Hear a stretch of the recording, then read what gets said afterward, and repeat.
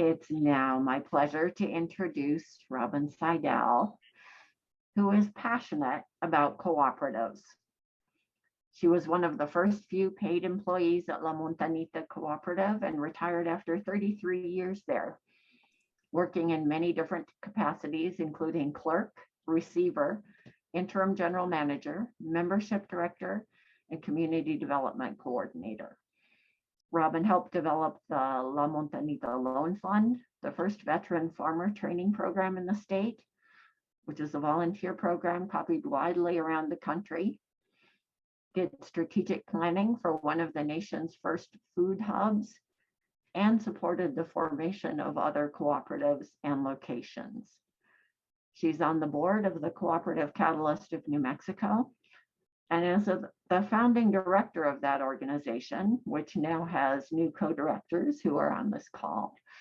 I can say that her involvement and expertise helped enable our early success. So please welcome Robin Seydel.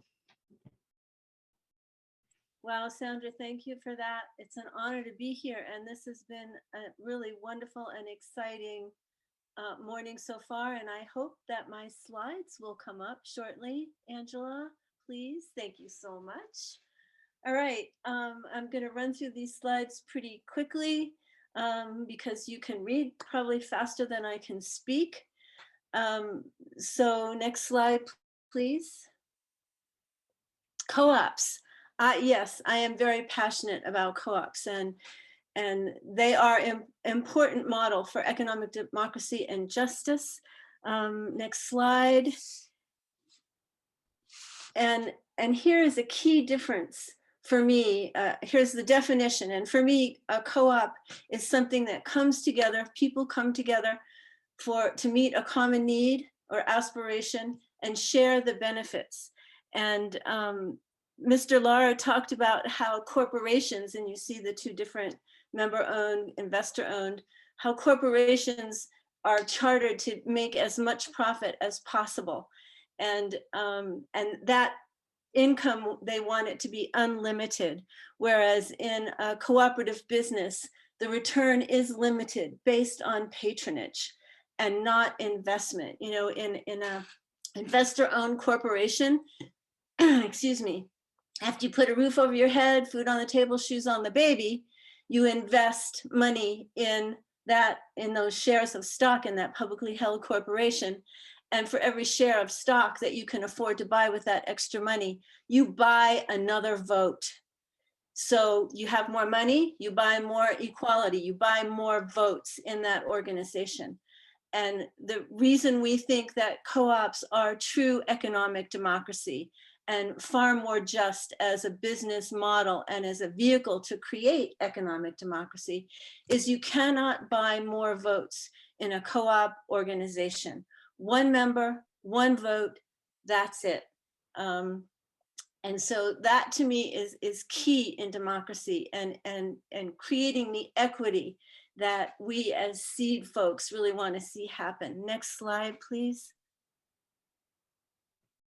Here's just some information on the importance of co-ops and how they are on the rise. A previous speaker, I think it was Perry, talked about how co-ops are gaining new interest, especially during the pandemic when things were so stressful for people. So you can see that co-ops are a real thing. We just had to talk about broadband. Well, perhaps to get broadband to all our rural communities that don't have it now, we follow the model by the co-op rural electrification folks who previously and still provide a utility service that is owned by the community that uses it.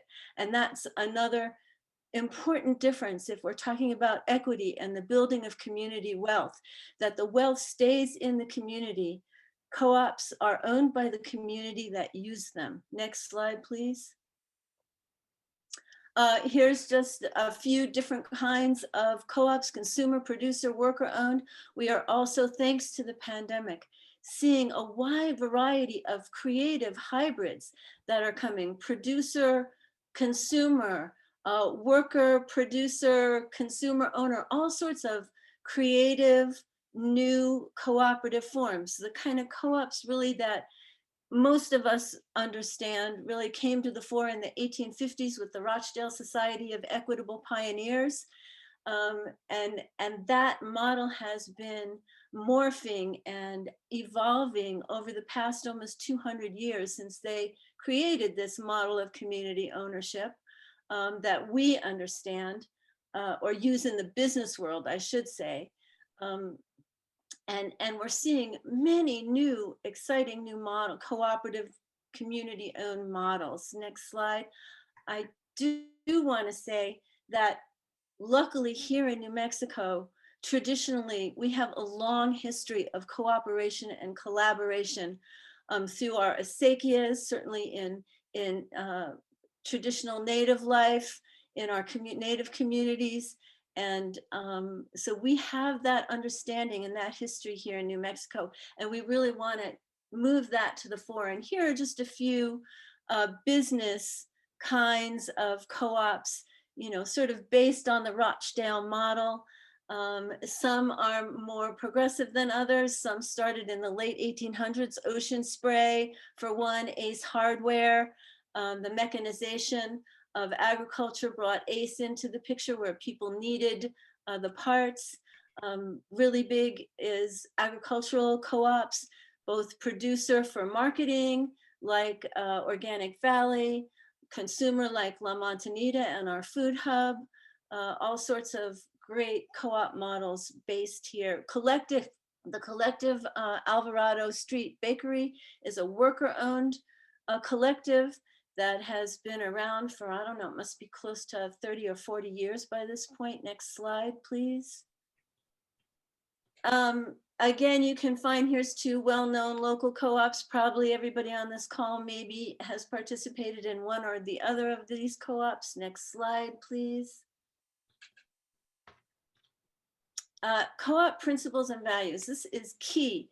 And one of the reasons why co-ops have been at the forefront for many generations in sustainable, equitable economic development, and why I know Eric is really beloved of co-ops, and so many of us are. That concern for community, principle number 7, is so key in when we expand community, not just to mean us two-leggeds, but the four-leggeds, the trees, the whole world, right? That is the community that a co-op finds itself in. That member economic participation, we talked a little bit about that. One member, one vote, also key in democratic member control. You cannot buy more power than anybody else in a co-op, and that to me is so important. The values here, self-help, self-responsibility, all these are really key in why co-ops are a model, a vehicle really for the kind of economic development that we really want to see to change the wealth infrastructure so that the wealth doesn't keep going up, floating up to the few, but it stays circulating in the community. Next slide, please. And I know this is sort of repetitive of some of the previous slides, but I loved this beautiful word salad image. And I just wanted everybody to see that because it really embodies what makes co-ops part of the economic democracy solution that we are seeking. And I just wanted you to see that because it's a beautiful word salad. Next slide, please. Here, the cooperative structure, again, is key to why it will help be part of the solution. You know, we're used to the top-down, hierarchical corporate model. This is one visualization of the co-op economic model with the co-op and the owners at the center and the values and the principles in the center of a series of concentric rippling out circles, sort of like a stone in the water, thrown in the water, and how co-ops can positively impact everything from small local communities to the larger environment that we all share. Some people also see the co-op model as a series of interlocking circles, overlapping interlocking circles. And certainly Mondragon is sort of like that. In Spain, we have that as a huge model. International co-op, huge, multi-billion-dollar co-op. Emilia Romagna in Italy is one. Even here in the United States, Organic Valley with its 177 individual business farm owners, right, coming together to do marketing. So it's all about overlapping networks that support the needs of a community. And I think it was Mr. Lara, I'm not sure who really mentioned about how they're really, I think it was Mr. Lara, how they're really trying to get these big corporations that they're bringing into Albuquerque to make sure they stay here, that they just don't stay here for a few years, take their tax breaks, and then when they need to move on to some other place where they can get more benefits. Co-ops, because they are owned by the people who use them, not only create wealth for those people that passes on from generation to generation, which is key in changing the wealth equitable system, right? But they are rooted in those communities, and they will not move somewhere where they can get a better tax break or whatever it is. So next slide, please. Again, the benefit of community-owned enterprises. I love that shared risk, shared benefit, especially for communities where resources are scarce, income is low, to be able to have a business that you own with a shared risk, with a lower cost for getting into that business and becoming an owner, for getting that business up and running. That shared risk, shared benefits to me is really key. So you can see many of the other benefits all really key into what makes a sustainable, equitable economy. Next slide, please. And I know we're running late, so I'm sort of flying through this. And our broadband fellow talked about speaking fast, and so I know I'm speaking really fast. But here's the flexibility and strength of co-ops again, going back to those principles: concern for community, concern and the values of self-help and self-responsibility and equity and equality and caring for labor. Having worked at La Montanita back in the 90s, we talked about the importance of a living wage. And back in the 90s, we started paying, and I can't remember what the minimum wage was back then, but we started paying what we called a living wage in Albuquerque at $10 an hour back in the 90s, when I think the general wage was, something like $8. So $2 more an hour to our people. Also, the importance of taking care of our workers was key in that community, concern for community. We immediately, as soon as we could, provided health care, provided a 401k, did all the kinds of things that make that workers are looking for today. We're having this rush of people leaving their jobs because they're not being treated fairly. And the co-op perspective makes sure that labor is treated fairly. And it's not, that triple bottom line that Cassie talked about earlier, I think it was Senator Cassie or Carrie, who talked about that triple bottom line: people, planet, and those things, as well as profit, is key in cooperative development. Next slide. Where do we shine? Where there are barriers or unmet needs, where there are obvious synergies, where people are used to working in collaboration. People were talking about, Senator Kerry again talked about the need for collaboration. If we are going to really scale up an equitable economy, collaborating, networking is going to be key. Next slide.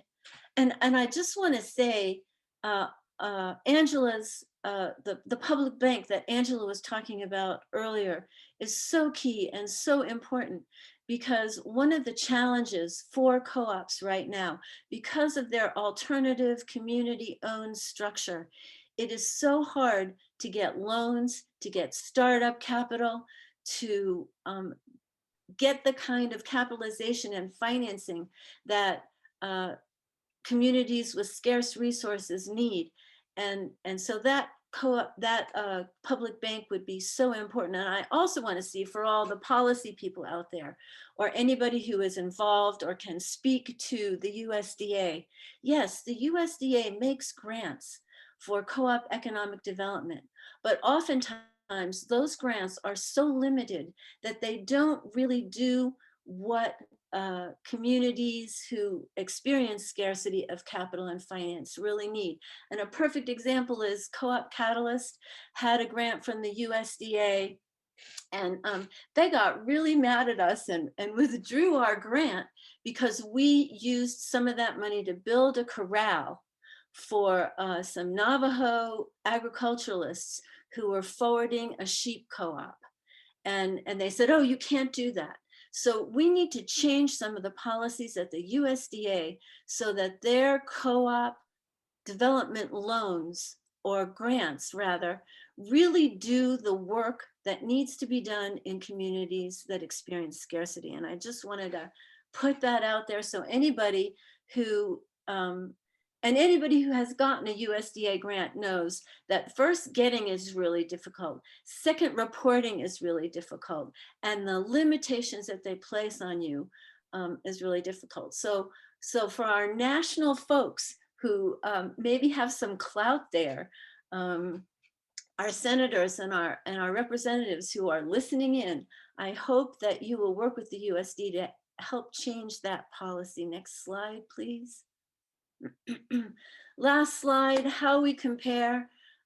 Again, the difference between democratic, one member, one vote, the difference between that and being able to buy votes, the importance of how profits from the co-op business are distributed based on participation rather than investment, which is again, circulating wealth in the community rather than extracting it out of the community for, corporate dividends.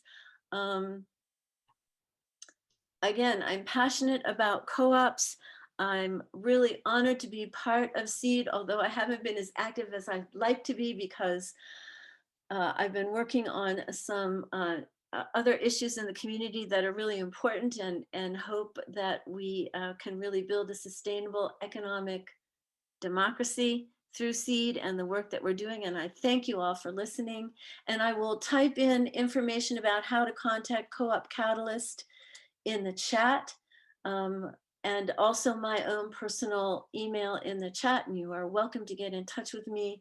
I love to work with communities and groups that are interested in co-op economic development.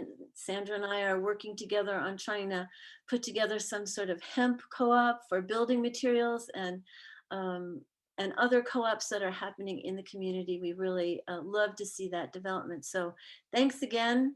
And I hope I haven't gone too much over my time.